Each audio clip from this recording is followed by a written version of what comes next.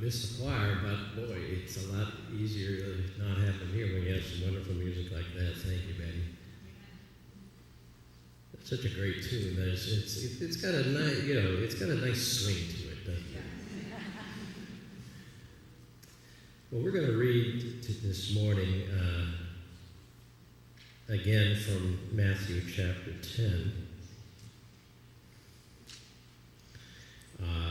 And you'll find this in your Pew Bibles if you'd like to read along. Matthew chapter 10, verses 40 through 42. This is part of Jesus' instructions to his disciples when he's going to be sending them out to preach and to share the gospel in his name. He's got all kinds of advice for them in this chapter, but these are some words about hospitality.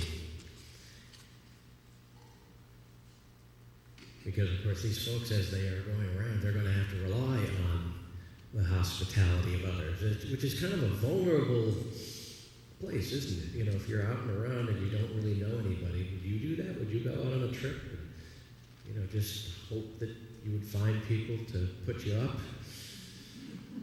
and trust that those folks were good people, and would they trust that you were a good person? So he has some things to say about that. Of course, things were a little different then. Hospitality was understood in a different sort of way. You had a duty, in fact, to make your home available for folks who were traveling, even if you had never met them before. A duty that not necessarily everybody followed, but it was a duty nonetheless. So here's what Jesus has to say. He says, "Whoever welcomes you welcomes me. Whoever welcomes you welcomes me. And whoever welcomes me welcomes the one who sent me. Whoever welcomes God's messenger because he is God's messenger will share in his reward. And whoever welcomes a good man because he is good will share in his reward. You can be sure that whoever gives even a drink of cold water to one of the least of these, my followers, because he is my follower, will certainly receive a reward." And may God add a blessing to the reading and hearing of the word. We're going to talk a little bit about that sort of hospitality, what we might call radical hospitality today, and recognize that as the Church of Jesus Christ and as followers of Jesus Christ, radical hospitality is something that we are called to practice. So I'm going to invite you to think about your own experiences of hospitality. Think of the time when you have felt most welcomed, whether it's in someone's home or sometimes it might be a restaurant or a hotel or some kind of situation like that.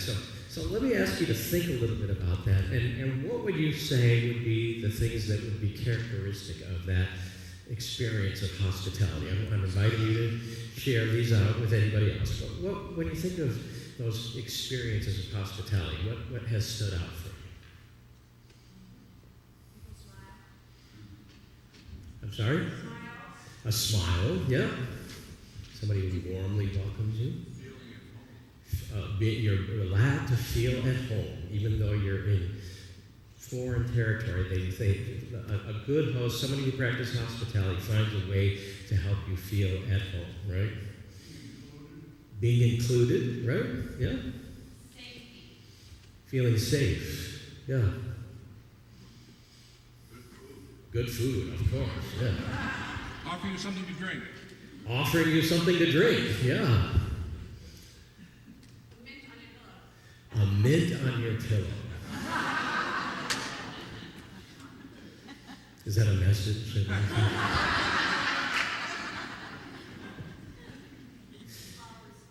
Flowers. For me, some of the times when I've felt the most made welcome is when somebody, even though it's a little bit weird, when somebody offers me their best, right? Well, we're going to move out of our room because we know that you've had a long time of travel and we want you to sleep in the best room, right? and you feel a little bit nervous and strange about it, and then until you actually get in the room and you lay down and you say, oh, yes.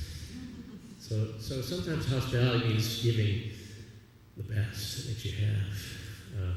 Certainly, some of the experiences that I've heard folks have, and I've had similar experiences in the developing world. Folks go on mission trips or visiting or that sort of thing, and they'll stay with someone who's extremely poor, or they'll be doing work with folks who are extremely poor. And the way that these folks express hospitality is by throwing a feast for these folks, even though they had absolutely nothing.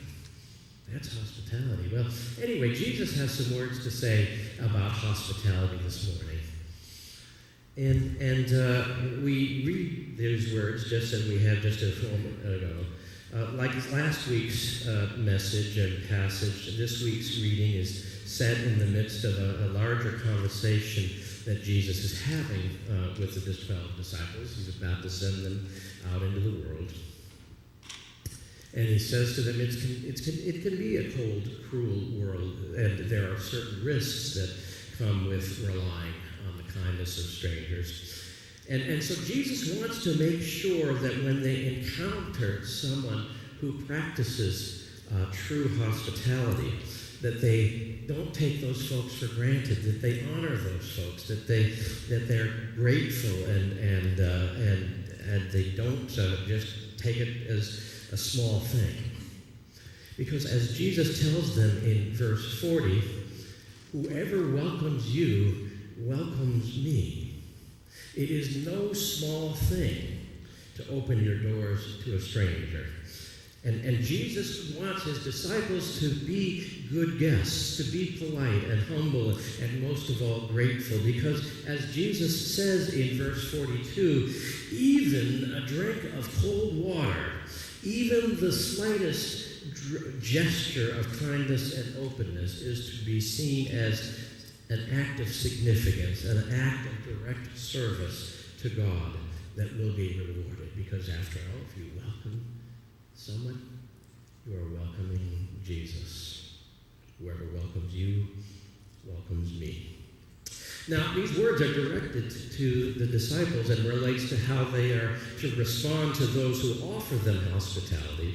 But they're not just about receiving hospitality. They also tell us a lot about the sort of hospitality that we as followers of Jesus are called to offer, not only to one another, but to the strangers, the most vulnerable, the little ones, the ones that Jesus refers to as the least of these. And as such, there's a couple of principles that apply to us and to our daily life of faith and service that I want us to understand this morning. And the first principle is this. When we practice hospitality, there's a whole lot more going on than simply being good hosts. Throughout the Bible, hospitality is not only a virtue that everyone is called upon to practice, from the wealthiest to the poorest, but it is also something that carries with it the possibility of an encounter with the divine. In other words, what they're saying is that anytime that you open yourself up to another person, you don't really know exactly who it is that you're opening yourself up to. And for all you know, that person that is just a stranger to you may actually be in some way or another God in disguise. There's all sorts of stories throughout the Old Testament in particular of people practicing hospitality to what they thought were strangers who are in fact messengers or angels or something along those lines. That the simple act of hospitality is opening ourselves up to a divine encounter. Now, I don't mean this necessarily in the most obvious way, but I also mean it in the more abstract way, in the sense that there is within each person that image of God. The inherent dignity, the inherent worth and specialness of every single human being. And it's sometimes hard to see that. You know, we're all made in the image of God, but some of us cover it up pretty darn well. Right? and in fact, Mother Teresa, I love the way she talks about it. She says that one of the reasons that she loved serving the poor was because because every day she got to be with Jesus. Remember what Jesus said, when you do this for the least of these, you do it to me. And so she said, yeah, I get to be around Jesus every day when I encounter and serve the poor. She says, but sometimes it's Jesus in his distressing disguise. So every time, the first principle, when you welcome someone, you're welcoming Jesus. You might be encountering him in his distressing disguise, but every experience, every time we open ourselves up, hospitality is a whole lot more than just simply the human encounters that we have. Perhaps that's why it was and is the rule of St. Benedict. You've heard of the Benedictine order. The foundation of the Benedictine order, the rule of St. Benedict, says that we welcome each person as if he or she were Christ. The Bible tells us that when we welcome one another, we are indeed welcoming Christ. That brings us to the second principle, that as we're experiencing or as we're practicing hospitality, that in the economy of God, it is often the smallest acts of kindness that do the greatest good. Notice again Jesus' words, even a cold drink of water, even the slightest gesture, the sort of acts that might not even be noticed are of incredible significance in God's eyes. See, God loves to mess with our minds because, he wants us to understand that the things that we think are so significant in the way that we treat each other maybe aren't that important after all. And the things that we kind of toss off, well, that was nothing, those things make the biggest impact. You ever notice that? You ever notice that it isn't just the big gestures, but sometimes those small things that seem offhand and seem, almost like, gosh, why did they go through that trouble? It's the smallest little thing, and yet those are the things that make a difference. I've only been hospitalized once in my life. I was 18 years old. I was scared. I was terrified. I didn't know what was going on. And you know who got me through? The nurses, because they were the ones who were just there to do the little things, right? And I see that today all the time when I visit folks in nursing homes, in hospitals. You can tell that there are the nurses that just do what they're doing because they're supposed to do it. And then there's those nurses that go the extra mile, who really, the work they do, those little things. Do you need a little drink of water? Do you need some ice chips? How can I help you? That's healing work. That helps people to get better, even more so than the drugs that they're taking and the doctors. Do you understand what I'm saying? It's the small things, because God wants us to understand that while we get caught up in thinking that we need to make the grand gestures and the big impact moves, that what God wants us to do is to say, you've got opportunities right in the here and now, right in front of you. That person who is so annoying to you, that's Jesus. That person who is the kid across the street who keeps coming and bugging you when you're trying to get your work done, that's Jesus. That person who's stinks and smells and you don't want to have anything to do with that could be Jesus. And all you have to do is some little thing. Like Mother Teresa said, not all of us can do great things, but we can do small things with great love. And that makes an impact.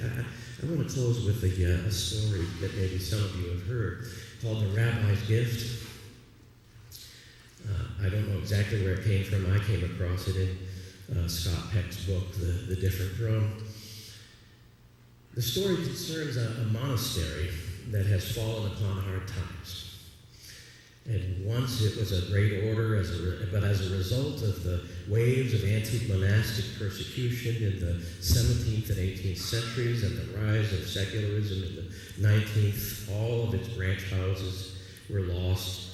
And it had become decimated to the extent that there were only 5 monks left in this decaying mother house. The abbot and 4 others, all over 70 clearly it was a dying order. Now, in the deep woods surrounding the monastery, there was a little hut that a rabbi from a nearby town occasionally used for hermitage. And through their many years of prayer and contemplation, the old monks had become very spiritually sensitive so that they could always sense when the rabbi was in his hermitage. The rabbi is in the woods. The rabbi is in the woods again, they would whisper to each other. As he agonized over the imminent death of his order, it occurred to the abbot at one such time to visit the hermitage and ask the old rabbi if by some possible chance he could offer any advice that might save the monastery. The rabbi welcomed the abbot at his hut, but when the abbot explained the purpose of his visit, the rabbi could only commiserate with him. "I know how it is," he exclaimed. "The spirit has gone out of the people. It is the same in my town. Almost no one comes to the synagogue anymore." So the old abbot and the old rabbi wept together. Then they read parts of the Torah and quietly spoke of deep things. The time came when the abbot had to leave. They embraced each other. "It has been a wonderful thing that we should meet after all these years," the abbot said, "but I still have failed in my purpose for coming here. Is there nothing you can tell me, no piece of advice you could give me that would help me save my dying order?" "No, I'm sorry," the rabbi responded. "I have no advice to give. The only thing I can tell you is that the Messiah is one of you." Well, when the abbot returned to the monastery, his fellow monks gathered around him and asked, "Well, what did the rabbi say?" He couldn't help, the abbot answered. We just wept and read the Torah together. The only thing he did say, just as I was leaving, it was something cryptic. That the Messiah is one of us. I don't know what he meant. In the days and weeks and months that followed, the old monks pondered the rabbi's words and wondered if there was any possible significance to them. The Messiah is one of us? Could he possibly have meant one of the monks here at that monastery? Could it be me, even? No, that could never be. But if that's the case, well, which one of us? And as they contemplated, the old monks began to treat each other with extraordinary respect on the off chance that one of them might be the Messiah.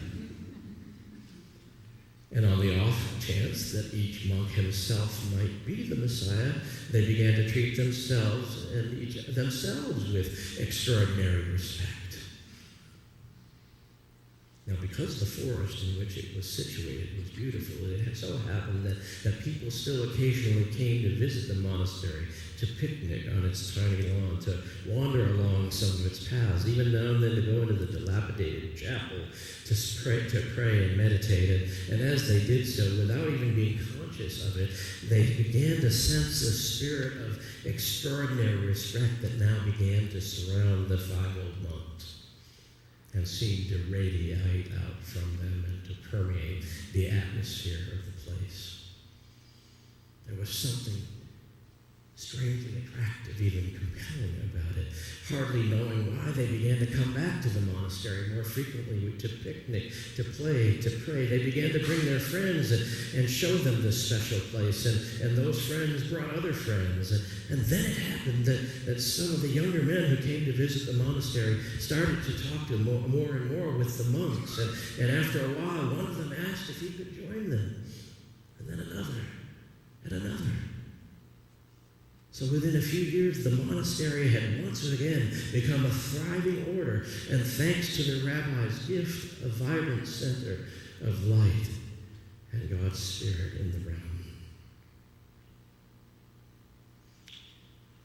Well, we might quibble with some of the theology of the story, but the central point is one we could well remember, that every encounter has the potential for being a divine encounter, that no human interaction is insignificant, and that if it is true that when we welcome someone in the name of Christ, we are welcoming Christ himself, we as followers of Jesus have both the responsibility and the privilege of learning to practice radical hospitality on the odd chance that when we open our doors, we're opening them to in some significant way to Jesus unawares. This radical hospitality that remembers that even the smallest act of kindness, even the cup of cold water, is a mighty act in God's sight. Because who knows when Jesus will show up in our neighborhood, hot and thirsty and ready for a drink.